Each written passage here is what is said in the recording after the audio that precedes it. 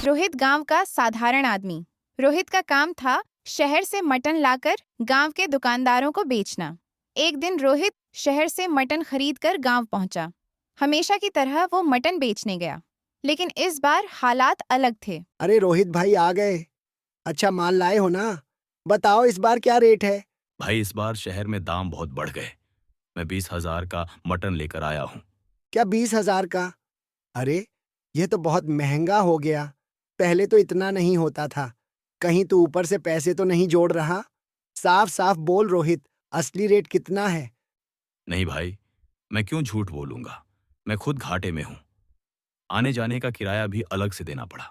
बस सोच रहा था थोड़ा मुनाफा रख लूं। आखिर मेहनत भी तो है। देख रोहित, मुनाफा टनाफा हमें मत समझा। जितने में तू लाया है उतने में ही हमें दे, वरना हम तुझसे माल नहीं लेंगे। ठीक है, जैसा आप कहो। 20,000 का लाया था तो 20,000 में ही दे देता हूँ। रोहित ने पूरा मटन दुकानदारों को दे दिया। न एक पैसा मुनाफा, बल्कि ऊपर से उसका किराया भी चला गया। वो मायूस होकर घर लौट आया। रोहित 20,000 का मटन लाया और 20,000 में ही बेच दिया। मुनाफा तो हुआ नहीं, उल्टा आने जाने का किराया भी डूब गया। अरे बेटा, क्या हुआ? आज इतना चुपचाप क्यों बैठा है? थका तो रोज भी आता है, लेकिन आज चेहरा उतरा हुआ लग रहा है। माँ, आज का दिन बहुत भारी पड़ गया। भारी क्यों? किशोरलाल से कोई झगड़ा हो गया क्या? या मटन बिक नहीं पाया? माँ, मैंने 20,000 का मटन खरीदा था और दुकानदार ने वही 20,000 दिए। ना 1 रुपया ज्यादा, ना 1 रुपया कम। अरे तो फिर फायदा कहाँ हुआ बेटा? यही तो कह रहा हूँ माँ, फायदा कुछ नहीं हुआ। उल्टा आने जाने का किराया, ढुलाई का खर्चा सब जेब से गया। मतलब मुनाफा तो छोड़ घाटा हो गया। हाँ बेटा, ये सुनकर तो दिल बैठ सा गया है। सोच रही हूँ अगर हर बार ऐसा ही हुआ तो घर कैसे चलेगा? इतनी मेहनत करने के बाद भी खाली हाथ लौटना कितना बुरा लगता होगा। बेटा छोड़ो, अब ज्यादा मत सोचो इस बारे में। सच कह रही हो माँ, पर दिल बहुत डर रहा है। डरना मत रोहित, तुम मेहनती है और ईमानदार है। मेहनत का फल देर से ही सही, लेकिन मिलता जरूर है। रोहित घर पर अपनी माँ से हालात साझा कर रहा था कि तभी दरवाजे पर दस्तक होती है। यह शंभुनाथ था, जिससे रोहित ने पहले पैसे उधार लिए थे। रोहित बेटा कैसे हो? सुनो, मैं आज तुम्हारे पास अपने पैसे लेने आया हूं। याद है जो उधार लिए थे? हाँ, शंभूनाथ जी याद है। मैं आपके पैसे तैयार कर रहा हूँ। ठीक है बेटा, मुझे पता है हर कोई मेहनत करता है, लेकिन अब वो समय आ गया है कि अपने कर्ज की अदायगी करो। मैंने विश्वास करके तुम्हें पैसे दिए थे। शंभूनाथ जी, मैं आपको पूरा 10,000 अभी दे देता हूँ। बाकी का इस बार मुनाफा नहीं हुआ। शहर का मटन महंगा हो गया था और मैं बस अपना खर्च निकाल पाया। अगली बार जरूर दे दूंगा। ठीक है रोहित, मुझे तुम पर भरोसा है। मैं आज वापस जा रहा हूं, बाकी पैसे का इंतजार रहेगा, लेकिन मुझे पूरा यकीन है कि तुम सही समय पर दे दोगे। रोहित ने शंभुनाथ को पैसे देते हुए राहत महसूस की। फिर उसने सुमित्रा जी की तरफ देखा। माँ, मैंने आने जाने का किराया निकालने के बाद 10,000 अपने खर्च के लिए रोक लिए हैं। बाकी तो शंभुनाथ जी को अगली बार दूंगा। सुमित्रा जी ने कहा कि बेटा, इस काम में इतना झंझट क्यों? कभी सोचा है छोड़ दे इसे? रोहित बोला, ठीक है माँ, चलो अब कुछ खा लेते हैं। दिल बहुत भारी है, थोड़ी तसल्ली खाने से मिलेगी। और इस तरह घाटा भले हुआ हो, लेकिन रोहित ने शंभुनाथ को पैसे देकर अपनी जिम्मेदारी निभाई और माँ के साथ ढाबे की तरफ बढ़ा। रोहित और उसकी माँ पास के ढाबे पर पहुंचे। यार रोज चिकन बिरयानी खाकर बोर हो गए हैं।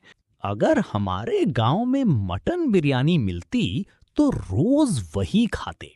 सच में सोचो, शहर नहीं जाना पड़ेगा, गांव में ही बढ़िया मटन बिरयानी मिल जाए।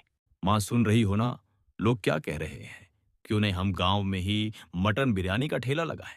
लोगों को जो चाहिए वही देंगे। मटन तो मैं शहर से बढ़िया लाता हूँ। बेटा ठीक है, लेकिन क्या ये काम सफल होगा? इतनी छोटी गांव में क्या ये सब चलेगा? माँ, डरने की जरूरत नहीं।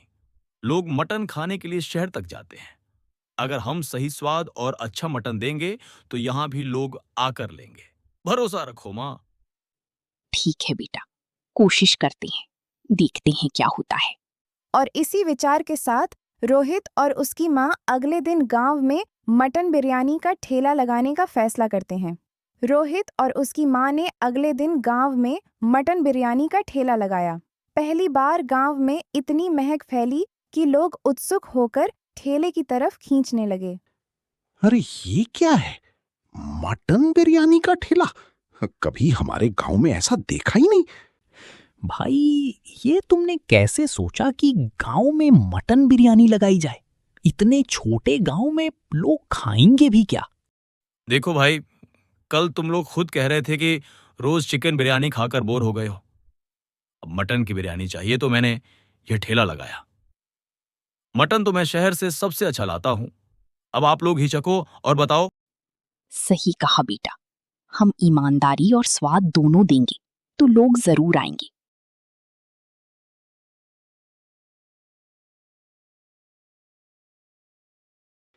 वाह रोहित, क्या स्वाद है!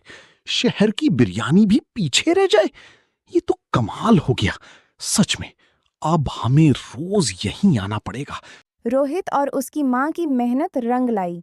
गांव में उनकी अच्छी कमाई होने लगी।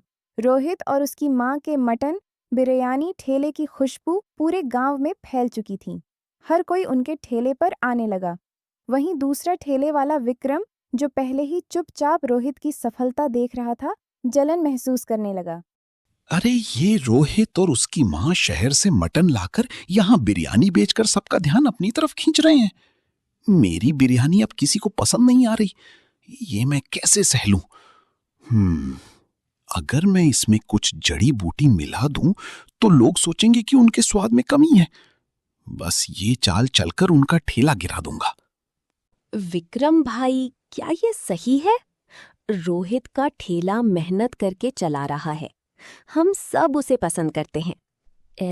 अरे भाई, मैं बस थोड़ी सी मजबूती दिखा रहा हूं, कोई नुकसान नहीं होगा। बस लोग मेरे ठेले पर आएं और मेरे मटन की तारीफ करें, समझे?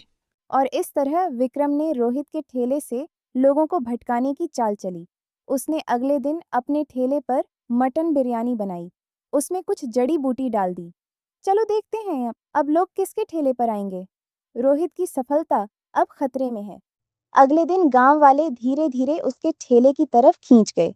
रोहित और उसकी माँ देखते ही रह गए कि लोग उनके ठेले से हटकर विक्रम के ठेले पर जा रहे हैं। माँ देखो तो सही, लोग अब हमारे ठेले पर नहीं आ रहे। विक्रम ने कुछ कर दिया है। हमारी मेहनत और विश्वास की क्या हालत हो गई, समझ ही नहीं आ रहा। बेटा, आप क्या करेंगे? दिन भर मेहनत करने के बाद भी कोई फायदा नहीं हो रहा। ये सब हमारे लिए बहुत मुश्किल होता जा रहा है। माँ चिंता मत करो, मैं सोच रहा हूं कि हमें कुछ नया करना पड़ेगा। शहर से मटन तो हम हमेशा बढ़िया लाते हैं, लेकिन बिरयानी में लोग अब विक्रम की तरफ खींच गए हैं। क्यों ना हम मटन के ताजा कुरकुरे पकोड़े लगाएं। लोग कुछ नया और अलग चीज हमेशा पसंद करते हैं। पकौड़ी? बेटा, विचार तो अच्छा है। अगर हम इसे सही तरीके से बनाएं और स्वाद अच्छा हो तो लोग जरूर हमारे पास आएंगे।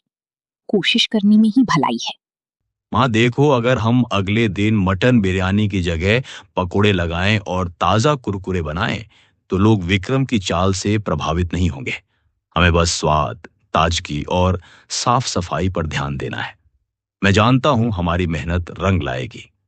रोहित और उसकी माँ ने अगले दिन मटन के ताजा कुरकुरे पकौड़े का ठेला लगाया।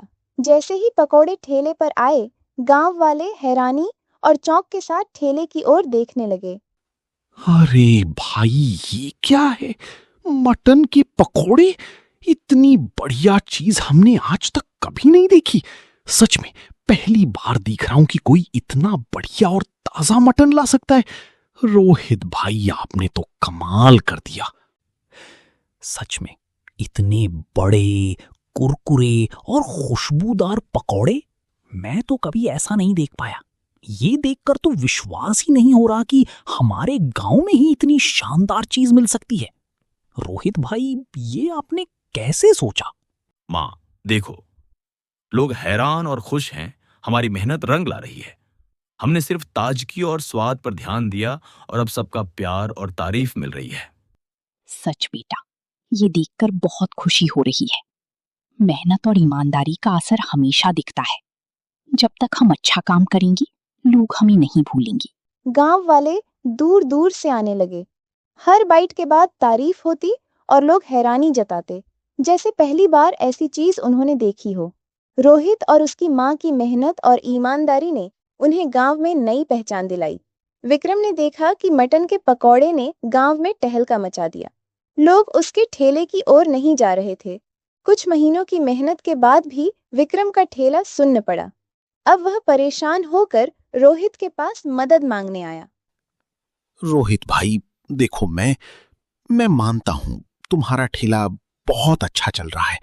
लोग दूर दूर से तुम्हारे पकौड़े खाने आते हैं। मैं सच में हैरान हूं कि तुमने इतना कमाल किया। मैं अपने ठेले से अब कोई फायदा नहीं उठा पा रहा। सब लोग तुम्हारे पास आ रहे हैं। हम समझ गया। तो अब तुम क्या कहना चाहते हो विक्रम? रोहित भाई, क्या आप मुझे अपने ठेले पर काम करने का मौका देंगे? मैं जानता हूं अब मैं अकेले कुछ नहीं कर पा रहा। मैं ईमानदारी से सीखूंगा और आपकी मदद से मेहनत करूंगा। प्लीज मुझे मौका दे दो। ठीक है विक्रम, देखो मैं तुम्हें मौका देता हूं, लेकिन तुम्हें पूरी ईमानदारी और मेहनत से काम करना होगा। मैंने ये ठेला अपनी मां के साथ चलाया है और कोई भी लापरवाही बर्दाश्त नहीं होगी। धन्यवाद रोहित भाई। मैं वादा करता हूं कि पूरी मेहनत और ईमानदारी से काम करूंगा। आप मेरे मार्गदर्शन के बिना भी देखेंगे कि मैं सीख रहा हूं। और इस तरह विक्रम रोहित के ठेले पर काम करने लगा। उसने मटन के पकौड़े की रेसिपी सीखी और मेहनत करना शुरू किया। रोहित और उसकी माँ ने उसे मौका देकर उसे भी सफलता का अनुभव दिया।